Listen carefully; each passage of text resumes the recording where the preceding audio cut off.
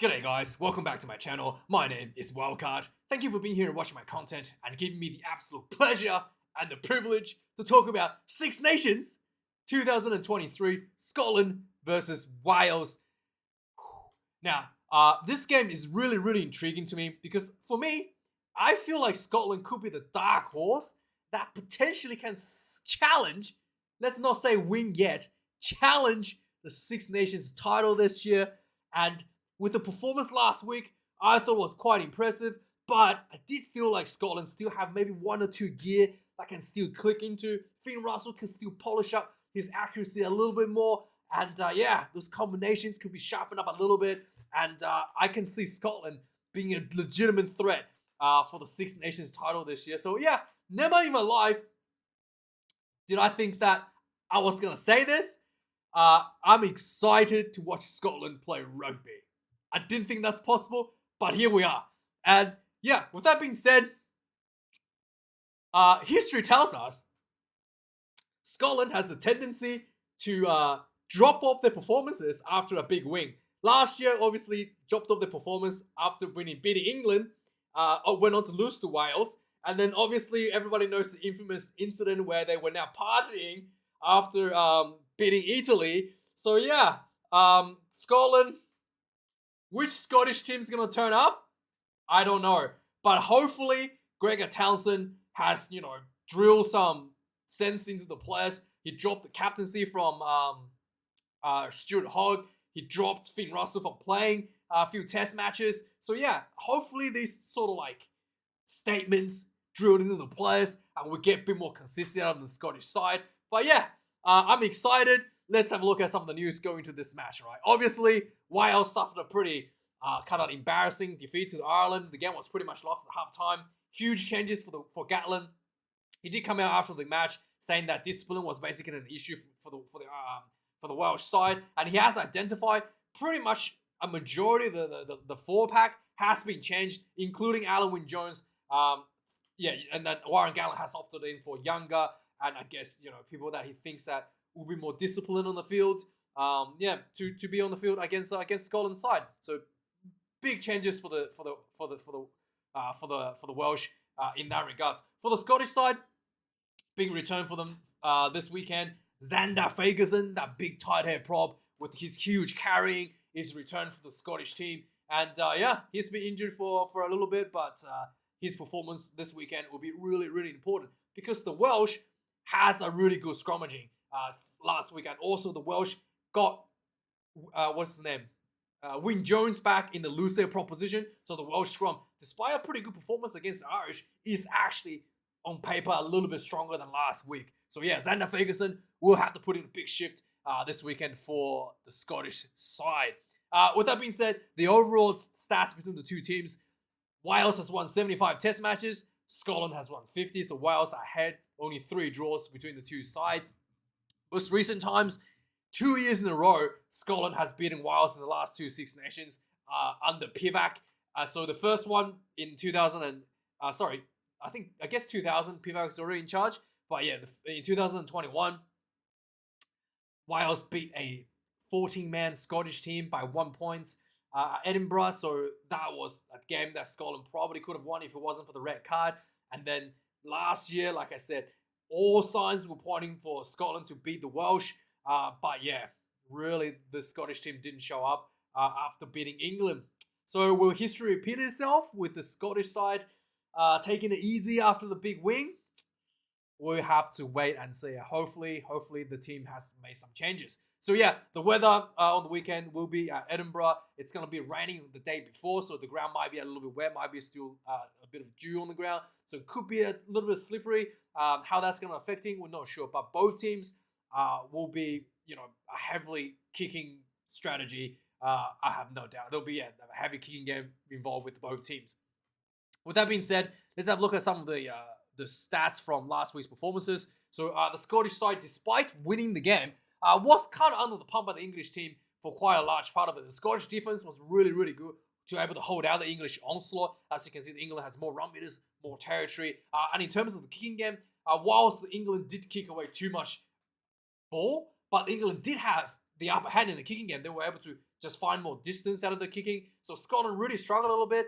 The accuracy with the return kick from Stuart Hawke, like I said, definitely can be improved. And with that being said, Scotland did find themselves the guts, the determination to run the ball out of their own 22, and even basically was able to put on an uninterrupted 70 meters to go from their own 22 all the way to score a final match-winning try with Van der Merwe into the corner, right? So, Scottish team definitely showed that they have the talent to score the tries from any part of the field.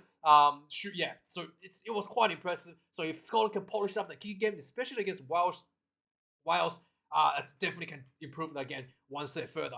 Another thing that Scotland definitely had an issue with against England was the scrummaging. So the English scrum in the first half, Ellis Genge was giving a lot of trouble to Villanelle. And in the second half, the Dan Cole came on in the tight head position, and it was again giving a lot of problem to the Scottish scrum from the tight head side in the second half. So yeah, definitely room to improvement. But overall, Scotland coming out with that win, a lot of positives, and I think the most important thing is the defense. The Scottish defense was very, very structured, and just the determination to win the game was probably the most admirable part of the Scottish performance. Now, with the Welsh side, again, Ireland really put Wales away basically by halftime. Second half, Wales did come out with a bit more intensity, a lot more control of the game, but was not able to really capitalize due to the Irish defense. Also, the polish of the Welsh attack was a little bit off. The lineouts was a bit off, losing their own lineout throws, like not straight. Really amateur errors for Wales that shouldn't have happened in this sort of level.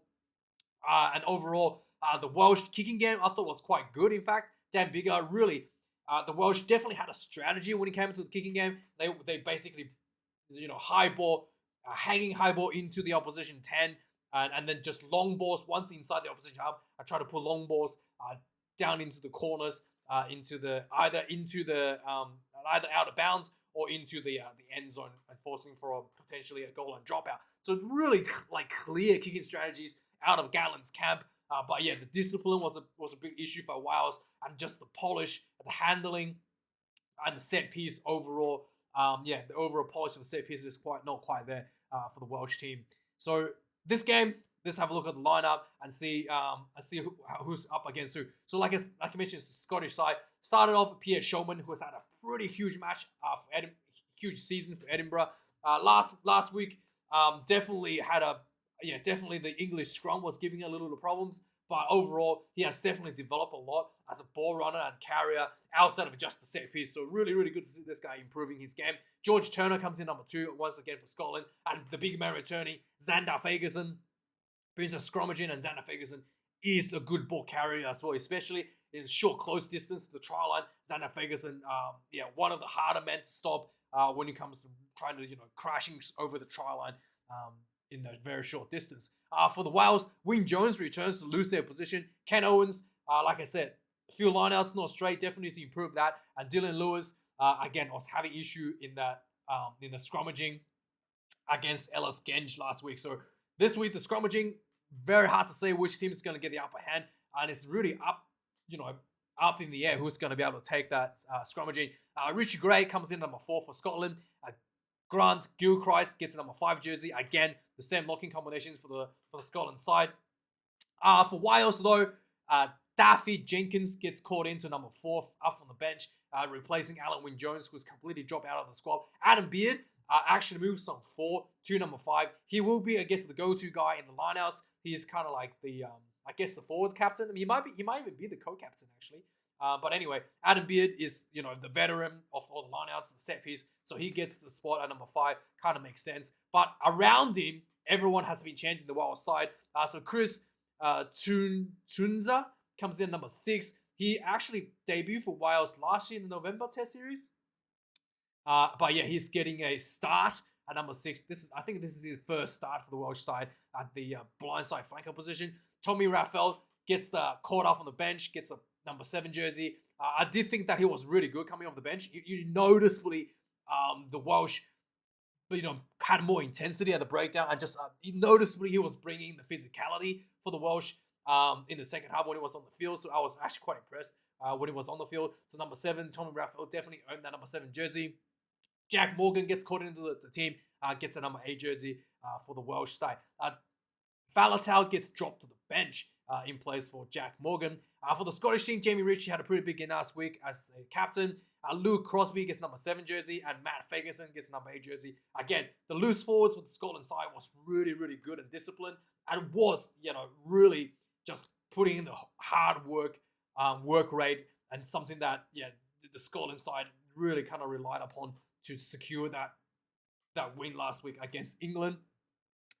With that being said, let's move on to the back line. So the back line, we've got Ben White comes in number 9. Tom Williams, number 9 for the Welsh side. Finn Russell, Dan Biggar, quite a huge matchup here. So obviously the kicking game is going to be a big point for both number 10s. Dan Biggar, like I said, very structured kicking, very big boot. He's going to be aiming at high ball into the 10-meter line or the 14-meter line, whichever one you want. Basically 14-meter line or the 10-meter line in the Scottish half. And then once they're inside the Scottish half, if they can recover the ball, Dan Biggar will be looking at a low kind of trajectory punt to the corner, to the 5-meter corner, or maybe into the end zone. So that's the very clear strategy from Warren Gatland to try to force either a defensive line out or a goal line dropout. So that'll be the kicking game that the Scottish will be facing. Very different than England. Poor just down the field kicking. So the kicking game will be more clinical out of the Welsh side. For Finn Russell, his crossfield kicks last week was a little bit inaccurate.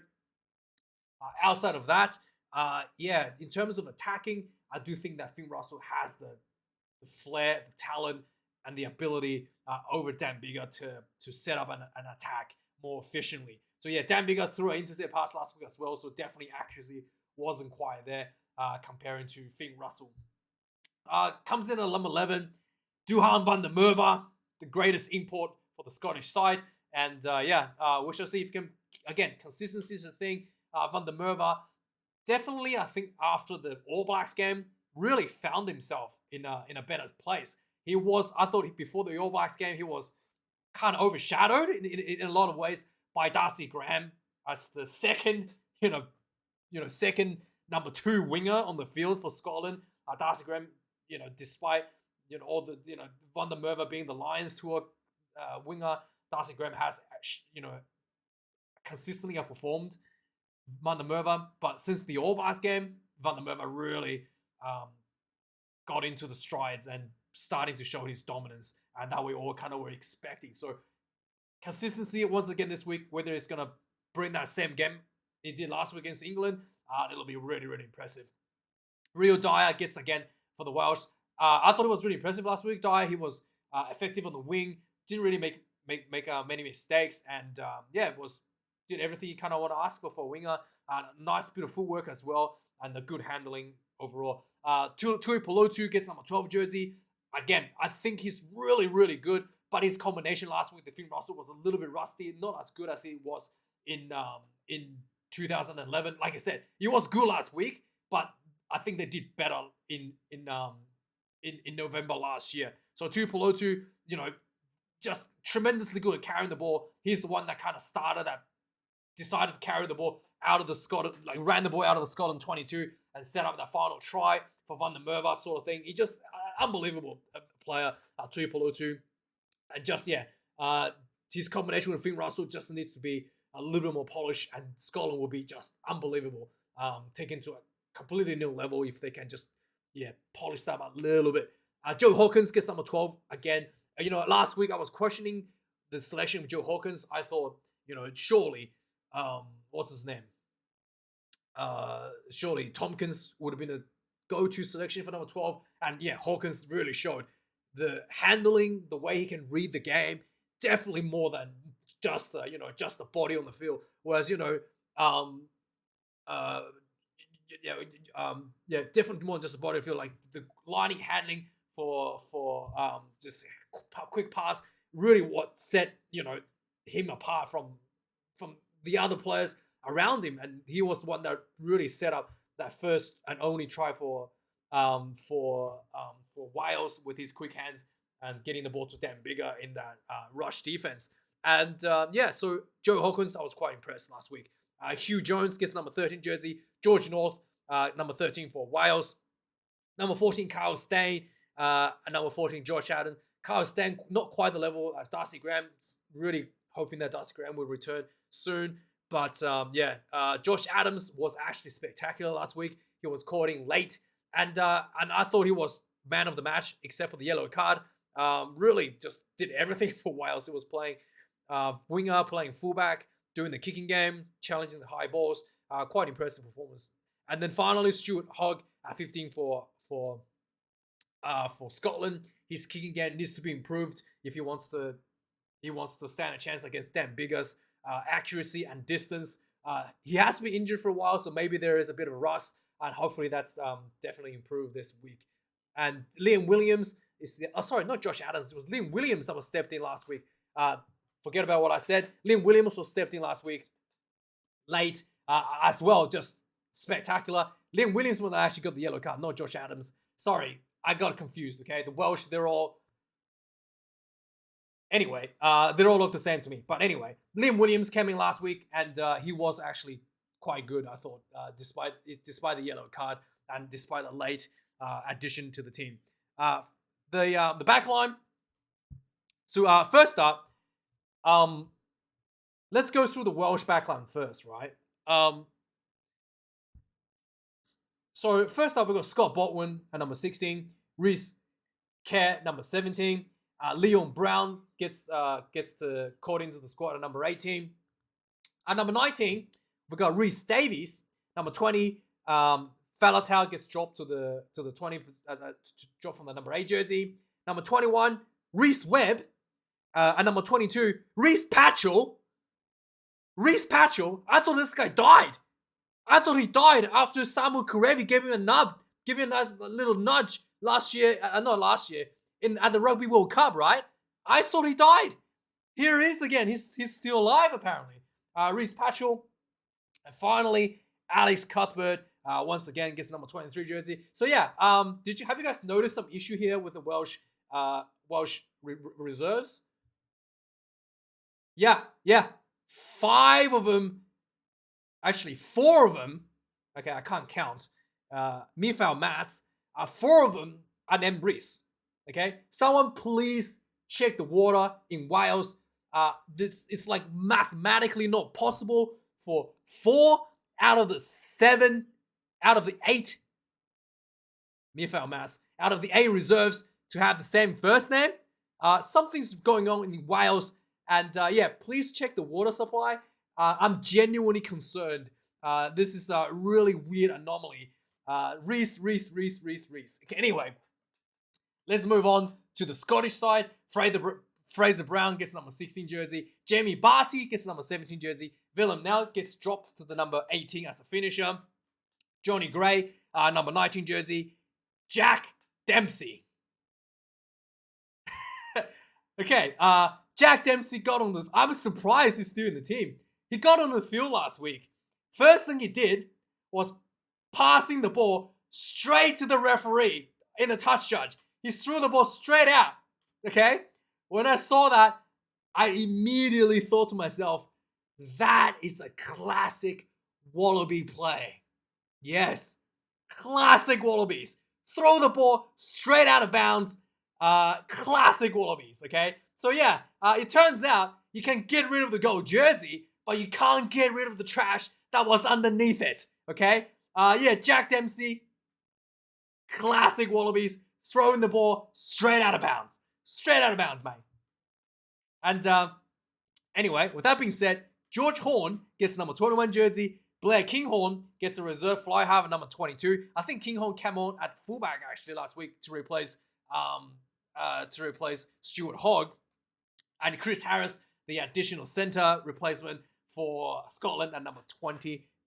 So yeah, that is the team selections, guys. Let me know your thoughts. I think Scotland at home probably not gonna, embarrass their own family and fans and by dropping their own performances. I think Scotland's gonna win this one. But yeah, you never know. I think Scotland will win by 10 points. 32 points to 22. Yeah, let me know your thoughts, guys. Like, comment, and subscribe. Really appreciate you watching this video. And I'll see you guys later this week for the reviews. Cheers.